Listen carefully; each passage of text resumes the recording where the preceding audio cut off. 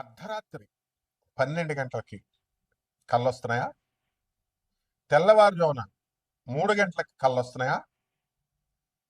తర్వాత మళ్ళీ 6ంటికి తెల్లారిపోయిన తర్వాత కళ్ళొస్తున్నాయా?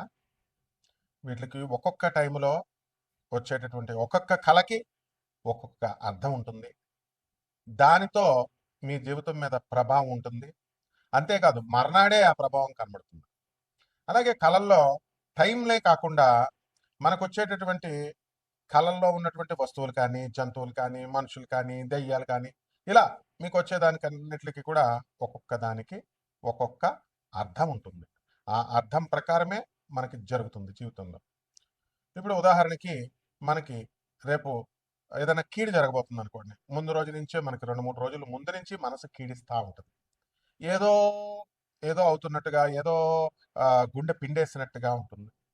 కాబట్టి ఇలాంటివన్నిటికి దేనికి కారణం అంటే మనకి ఈ శకునాలు అంటాం దాన్ని. ఇప్పుడు నాకొక శిష్యుడున్నాడు హరీష్ అని. మరి బండి మీద విపరీతంగా రోజుకి మనకి ఎంత లేదైనా పాపం ఓ 30-40 కిలోమీటర్లు మినిమం వెళ్ళేవాడు. తర్వాత అలా 15 సంవత్సరాలు వెళ్ళినటువంటి అతనికి ఒకరోజు కల వచ్చింది. అతను బండి మీద నుంచి పడిపోతున్నట్టు. అది ఎప్పుడొచ్చిందండి? తెల్లారుజామున 3 గంటలకు వచ్చింది. మరి కరెక్ట్‌గా మర్నాడు తెల్లారుజామున పడిపోయాడు పాపం. చేతులకు దెబ్బలు తగిలినాయి. చిన్న చిన్న దెబ్బలు అయినప్పటికీ కూడా ఇది నిజ జీవితంలో జరిగిందా లేదా? జరిగింది. ఇకపోతే మనకి అత్యద్భుతంగా ఎదగాలి అనే తపనతో చాలా మంది ఉంటారు, కష్టపడతా ఉంటారు. కుంభరాశిలో ఏలినాటి శని జరుగుతున్నప్పుడు కూడా ఇప్పుడు ప్రజెంట్ 2025లో ఒక వ్యక్తికి ఏనుగు కల్లోకి వచ్చింది. మరి మర్నాడే ఒక 50 లక్షల రూపాయల వర్క్ వచ్చింది అతనికి. ఆ వర్క్తో అతను అప్పులన్నీ తీర్చేసుకున్నాడు. ఈ విధంగా ఒక వ్యక్తికి లారీ కల్లోకి వచ్చింది. లారీ కల్లోకి వచ్చిన 4 రోజులకి ఒక నల్లని వ్యక్తి వచ్చాడు. వచ్చి ఈ యొక్క లారీ అమ్మకానికి ఉందండి అన్నారు. కొన్నారు. అతను ఏమైందో తెలుసా? ఆ లారీ వల్ల అతనికి 2 ఇల్లులు ఉన్నాయి. లారీ వ్యాపారం బాగానే ఉంటుందని మనం పెట్టుకుంటాం కదా. లారీ ఎంత ఉందో వస్తుంది. రోజుకో ప్రాబ్లం చెప్తున్నాడు లారీ క్లీనరు. రోజుకో ప్రాబ్లం చెప్తున్నాడు డ్రైవరు. అటు బండి వదులుకోలేక, ఇటు వ్యాపారాన్ని ఆపుకోలేక ఏం చేశాడంటే అతను ఆ ఇల్లు, ఒక ఇల్లు నెమ్మదంగా అమ్మేసుకోవడం జరిగింది. కాబట్టి ఇవన్నీ కూడా అదృష్టం కానీ, లేకపోతే మనకు వచ్చేటటువంటి దురదృష్టం కానీ, ఇవన్నీ కళల రూపంలో మనకి భగవంతుడు మనకి ప్రసాదిస్తాడు. తర్వాత చాలా మందికి పాములు కల్లోకి వస్తుంటాయి. అంటే చాలా రకాల కల్లోకి వస్తాయి. ఎక్కువగా వచ్చేటటువంటి వాటిలన్నిటిని కూడా ఒక కేటగరైజ్ చేసి చెప్తున్నాను. పాములు కల్లోకి వస్తాయి. ఆ పాములు నేల మీద పాములు, నీటిలో పాములు ఇలా వస్తాయి కదా. ఇలా వచ్చినప్పుడు పాము మిమ్మల్ని పెద్దవాళ్ళు, మన ఇంట్లో పెద్దవాళ్ళు చెప్తూ ఉంటారు, పాము కాటేయాలండి అని. కాటేస్తేనే మంచి కళ. లేకపోతే పాము అనేటటువంటిది గాలి, దెయ్యము అని చెప్తూ ఉంటారు. పాము వస్తే ఏమవుతుందో తెలుసా మీకు? చక్కగా ధనం ధనం రాబోతుంది. నాగదేవత పాము. అందువలన గాలి, దెయ్యం అని పెద్దలు పాపం మామూలుగా చెప్తూ ఉంటారు. అలా కాకుండా మనం ఈ జ్యోతిష పరంగా మనం కనుక తీసుకున్నట్లయితే మనకు కొన్ని అర్థాలు ప్రత్యేకంగా మనకి చేపల కల్లోకి వచ్చినప్పుడు, నీటి జంతువుల కల్లోకి వచ్చినప్పుడు, కప్ప, నీరు ఉన్నటువంటి ఇవన్నీ కూడా మనకి పైకి పైకి తేలుతున్నట్టు కల్లోకి వస్తున్నాయి అనుకోండి, మనం కష్టాల నుంచి బయటకు వచ్చేస్తున్నట్లు లెక్క. అదృష్టం మనల్ని వరించబోతోంది అని అర్థం. ఎక్కువగా సామాన్యంగా అందరికీ ఎవరి కల్లోకి వస్తారు తెలుసా? యూత్ చదువుకునేటటువంటి పిల్లలకి మరి వాళ్ళకి పుస్తకాలు, పెన్నులు కల్లోకి రావాలి. కానీ ఈ మధ్యకాలంలో వాట్సాప్లు, ఫోన్లు కల్లోకి వస్తున్నాయి. ప్రేమల్లో పేగలోతులు దిగిపోయినటువంటి వాళ్ళు ఉంటారు. వాళ్ళకి వాళ్ళ ప్రియురాళ్ళు కల్లోకి వస్తారు. ఇది సహజమే. కానీ ఈ ప్రియురాళ్ళు కల్లోకి వస్తే త్వరలోనే మనకి మన జీవితం భస్మం అయిపోతుందని అర్థం అనమాట. త్వరలోనే మనకి కెరీర్ పరంగా మనం దెబ్బతింటాం.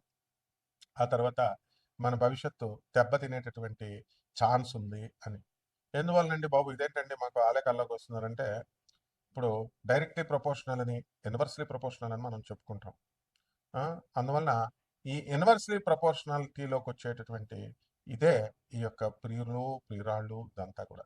మీరు నిజం చెప్పండి, గుండెల మీద చేసుకుని ఎవరన్నా పెళ్ళి అయిన తర్వాత కానీ, లేదా పెళ్లికి ముందు ప్రేమ వ్యవహారాలు, ఇప్పుడు పెళ్లి చేసుకునే వాళ్ళు కొంతమందికే సక్సెస్ అవుతాయి అనుకోండి. వీళ్ళు ఎవ్వరైనా బాగుపడిన వాళ్ళు ఉన్నారా? పెళ్లి అయిన వాళ్ళు కూడా ఇప్పుడు కాపురాలు చేస్తున్నటువంటి వాళ్ళు కూడా ఏదో సమస్య చెప్తానే ఉంటారు. ఏదో అప్పుల బాధ అంటాడు, లేకపోతే భర్త ఇంకా సంపాదించట్లేదనో, లేకపోతే భర్త తాగుతున్నాడనో రకరకాల సమస్యలు వస్తాయి. వీళ్ళందరికీ విచిత్రం ఏమిటని తెలుసా మీకు? అందరూ అసహించుకునేటటువంటి చాలా మంది ఇప్పుడు జనరేషన్ మారింది అనుకోండి. కొంతమంది అసహించుకునే మందు బాటలు కల్లోకి వస్తే మనకి త్వరలో డబ్బు రాబోతుందని అర్థం. యూనివర్సల్ ప్రపోర్షనాలిటీ సూత్రం అది. సో ఈ విధంగా మనకి బంధువులు కల్లోకి వస్తున్నారు కళకళలాడుతూ. పెళ్ళి అవుతున్నట్టు కల్లోకి వస్తారు. పెళ్ళి అవుతున్నట్టు వస్తే చనిపోయినట్టు రావాలి, పెళ్ళి వస్తున్నట్టు వస్తే మంచిది కాదు అని అంటారు. పెళ్లి కూతురు, కొత్త పెళ్లి కూతురు కల్లోకి రావాలి. నీకు నువ్వే కల్లోకి వచ్చావు అనుకోండి, అబ్బా అద్భుతం అనమాట. ఆ తర్వాత త్వరలో కుడికన్ను కొట్టుకోవడం అని ఉంటుంది. మనకి తెల్లవారుజామున కూడా మనకి కళ్ళు కుడికన్ను కొట్టుకోవడం, ఇవన్నీ కూడా మన కొంతమందికి అనుభవంలోకి వస్తాయి. ఇలా చాలా రకాలు. మర్రి చెట్టు, రావి చెట్టు, తర్వాత ఈ ఉమ్మెత్తు చెట్టు, ఇవి కల్లోకి రావాలి. ఇవి కల్లోకి వచ్చినప్పుడు మనకి ధనం రాబోతోంది అని అర్థం. అలాగే ఆముదం చెట్టు, ఆముదం నూనె రాసుకుంటున్నట్టు కనుక కల్లోకి వస్తే త్వరలో మనకి జగడం, యుద్ధం జరగబోతోంది, శత్రునాశనం జరగబోతోంది అని అర్థం. గొడుగు కల్లోకి వచ్చింది అనుకోండి, మనము మన వంశీకులో మన దూరపు చుట్టాలు ఎవరో ఒకరు మన దగ్గర బంధువులు పైకి వెళ్ళిపోతున్నారని అర్థం. ఇక చెప్పులు కల్లోకి వచ్చినాయి అనుకోండి, మనకి త్వరలో కష్టాలు పోతున్నాయి అని అర్థం. మనము బండరాయిని మనం కొడుతున్నట్టుగా కల్లోకి వచ్చింది అనుకోండి, త్వరలో డబ్బు రాబోతోంది అని అర్థం. క్లాస్ రూమ్ కల్లోకి వచ్చింది అనుకోండి, స్టూడెంట్స్కి వస్తుంది ఎక్కువ జ్వరం వస్తుంది అనమాట. మర్నాడు ఇటువంటి స్టూడెంట్స్కి ఏమవుతుంది, క్లాస్ రూము, క్లాస్ టీచరు ఇలాంటి వాళ్ళు వస్తే జ్వరం వచ్చేస్తుంది మర్నాడు. కానీ వాళ్ళ యొక్క భవిష్యత్తు ఆ కాంపిటేటివ్ ఎగ్జామ్లో ఏదైతే రాస్తున్నారో అటువంటి వాళ్ళకందరికీ కూడా జాబ్ రాబోతోంది అని. కాబట్టి ఏరోప్లేన్ ఎక్కినట్టు కల్లోకి వస్తే చాలా మంది పెద్దలు మనోళ్ళు చెప్తారు ఇంకా పైకి వెళ్ళిపోతున్నట్టే అని. కాదు, విదేశాలకు వెళ్ళిపోతున్నారు మనతో. ట్రైన్ కల్లోకి వచ్చింది అనుకోండి, మనకి త్వరలో మనం ఓ పొలం కొనబోతున్నాం అని అర్థం. ఏమిటయ్యా ఇవన్నీను అంటే పూర్వీకులు సాంప్రదాయాలు ఉంటాయి, ఆచార వ్యవహారాలు అని కొన్ని ఉంటాయి అన్నమాట. పెద్దవాళ్ళు ఏది చెప్తే మీ ఇంట్లో మీ అమ్మమ్మ, మీ తాతయ్య, మీ నాయనమ్మ, మీ తాతయ్య ఏది చెప్తే అది శాసనం. దీన్ని మించినటువంటి ఆచారము వ్యవహారము ఏమి ఉండదన్నమాట. కాబట్టి చాలా మంది ఇటువంటి కళలు మనకు వచ్చినప్పుడు అందరూ కూడా ఏమండి గురుగారు రెమెడీస్ ఏంటండి, రెమెడీస్ ఏంటండి అని అడుగుతూ ఉంటారు. రెమెడీస్ అనేటటువంటివి ఏమి ఉండవండి. రెమెడీస్ చేసుకుంటే మీకు అలా అలవాటు చేస్తారనమాట. రెమెడీస్ చేసుకోవడం వల్ల వస్తుందని. ఉప్పు మిరియాలు తీసి అప్పుడు కళలు వేసిన తర్వాత పేడ కళలు వచ్చిన తర్వాత లేచి తలంటు స్నానం చేసి ఆ ఉప్పుని మిరియాలని భగవంతుడి దగ్గర పెట్టి దీపారాధన చేయడం ఒకటే రెమెడీ. ఇక మనము దాన ధర్మాలు చేసుకోవాలి, బాగా అనాథ పిల్లలకి దాన ధర్మాలు చేసుకోవాలి. తర్వాత ఈ యొక్క సాధువులకి దానం ధర్మాలు చేసుకోవాలి, వికలాంగులకి దాన ధర్మాలు చేసుకోవాలి, పేదవారికి దానం ధర్మాలు చేసుకోవాలి. మనిషి ఈ ఇవి తప్ప మిగతా అన్ని కార్యక్రమాలు చేస్తున్నాడు, షాపింగ్కి వెళ్తున్నాడు, కొంటున్నాడు, ఇవన్నీ కూడా కాదు. అందువలన మనం చేయాల్సింది ఏంటంటే చక్కగా ఇవి రెమెడీస్. ఇవి చక్కగా మీకు 12 ద్వాదశ రాశుల పైన ఈ యొక్క కళల ప్రభావం ప్రకారం మనం ఈ జాతకం ఈ యొక్క సంవత్సరంలో ఎలా ఉంటుందో మనం తెలుసుకుందాం. కన్యారాశి, ఈ కన్యారాశి వాళ్ళందరికీ కూడా కుండ కల్లోకి వచ్చింది అనుకోండి, ఇల్లు కొంటారు. ఇది కళల ప్రపంచం, రంగుల ప్రపంచం, రంగస్థలం, కళల మీదే నడుస్తుంది అనమాట బండి అంతా కూడా. కాబట్టి కన్యారాశి వాళ్ళు భార్యాభర్తల మధ్య కొట్లాటలు జరుగుతూ ఉన్నాయి ఇప్పుడు ప్రస్తుతం. మీకు ఎవరైనా బయట వ్యక్తులు కొట్టుకుంటున్నట్టు కళ్ళలోకి వచ్చినా, కోడిపుంజు పంజాలు, మేకలు ఇవన్నీ కూడా అన్యోన్యంగా ఉండకుండా అవి కొట్టుకుంటున్నా మీ దాంపత్య జీవితంలో మీకు ఫైటింగ్లు జరుగుతున్నాయని అర్థం. అలాగే ఈ కన్యారాశి వాళ్ళకి పనులన్నీ కూడా లేటుగా జరగడము అనేటటువంటిది ఈ నెలలో మీకు జరుగుతుంది. కాబట్టి ఈ సంవత్సరం అంతా కూడా కొంచెం లేటుగా జరుగుతాయి. కాబట్టి కంగారు పడాల్సినటువంటి అవసరం లేదు. చెట్లు కళ్ళలోకి వచ్చినాయి అనుకోండి, మీకు కష్టాలు ఎన్ని వచ్చినప్పటికీ కూడా వాటంతక అవే వెళ్ళిపోతాయని అర్థం. మీ చుట్టాలు వస్తున్నట్టు కళ్ళలోకి వచ్చారనుకోండి, మీకు చక్కగా బియ్యం డబ్బా ఖాళీ అవుతుందని అర్థం. అంటే తప్పకుండా అధికమైనటువంటి ఖర్చు త్వరలో జరగబోతోంది అని అర్థం అనమాట. ఈ రకంగా మీకు కళల్లో మరి తేళ్లు కళ్ళలోకి వచ్చినాయి అనుకోండి, ఎవరో మీ గురించి అబద్ధాలు చెప్పి మీకు మీ యాజమాన్యం మధ్యలో ఆఫీసులో మీకు గొడవలు పెట్టినట్టుగా మీకు కళ్ళ ఇవన్నీ కూడా జరుగుతూ ఉంటాయి. అదేవిధంగా ఒక కన్యారాశి వారందరికీ కూడా మనకి అక్టోబర్ 18 నుంచి డిసెంబర్ 5 వరకు చాలా అద్భుతమైనటువంటి లాభాలు అనేటటువంటివి జరగడానికి అవకాశాలు ఉన్నాయి. కాబట్టి విశేషంగా ఈ సమయంలో మీరు ఇల్లు కొనడం కానీ, స్థలాలు కొనడం అన్నీ కూడా జరుగుతాయి. ఇంకా ఇవన్నీ కూడా సూచనలు మాత్రమే. మీరు వ్యక్తిగత జాతకం చేయడం తెలుసుకోవడం కోసం డైరెక్ట్‌గా నాన్ కమర్షియల్ యాస్పెక్ట్‌తో మేము చేస్తున్నాం కాబట్టి మీరు తప్పకుండా నాకు ఫోన్ చేసి మీ భవిష్యత్తును తెలుసుకోవచ్చు. అలాగే ఎవరైతే ఈ యొక్క పరిహారాలు కూడా మనం చేసుకోవాల్సినటువంటి అవసరం ఉంది.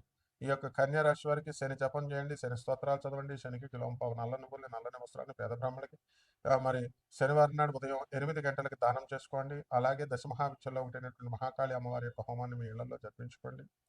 అలాగే చక్కగా విదేశాలకు మీరు వెళ్ళిపోవడం అనేటటువంటిది జరుగుతుంది. ఒక దేశం నుంచి ఇంకో దేశానికి. ఆప్తులను కొందరిని నష్టపోవడానికి అవకాశాలుంటాయి. దూరపు బంధువులు మరి మరణ వార్తలు వినడానికి అవకాశాలుంటాయి. అండ్ విదేశాలకు ఖచ్చితంగా వెళ్తారు.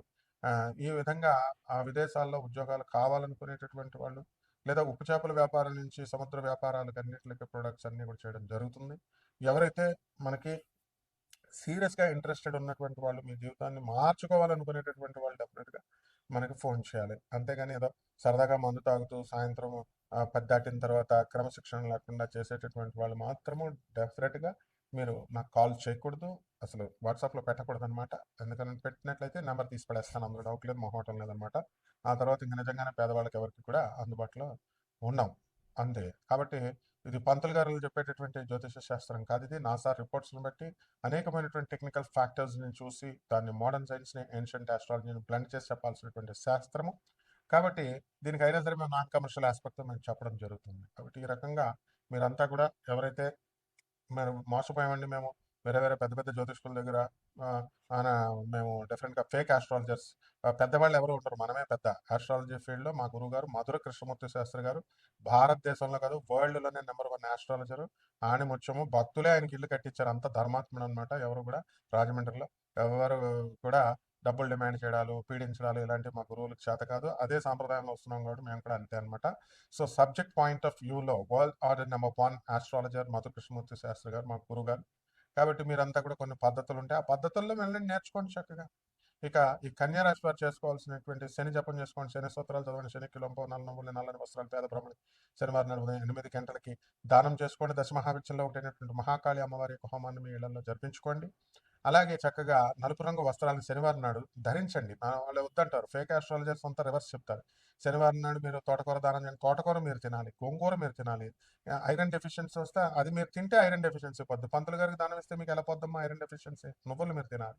నువ్వుల నూనె మీరు తాగాలి. బ్లాక్ డ్రెస్ వేసుకోవాలి. ఇప్పుడు బుధగ్రహం బాలేదనుకోండి, బుధుడికి పచ్చ షర్ట్ వేసుకోమంటాం. మరి బ్లాక్ షర్ట్ శనివారం నాడు ఎందుకు వేసుకోవద్దంటారు? అందువల్ల ఇమ్మెచ్యూర్డ్ వీళ్ళంతా కూడా చదువు సంధ్యలు లేనటువంటి వాళ్ళు చెప్పేటటువంటి చెత్త జ్యోతిష్యాలన్నమాట. కాబట్టి ప్రాక్టికల్‌గా వెళ్ళండి. జాగ్రత్తగా చేసుకోండి. మీకెప్పుడు కూడా మేము అందుబాటులో ఉంటాం. శుభమస్తు.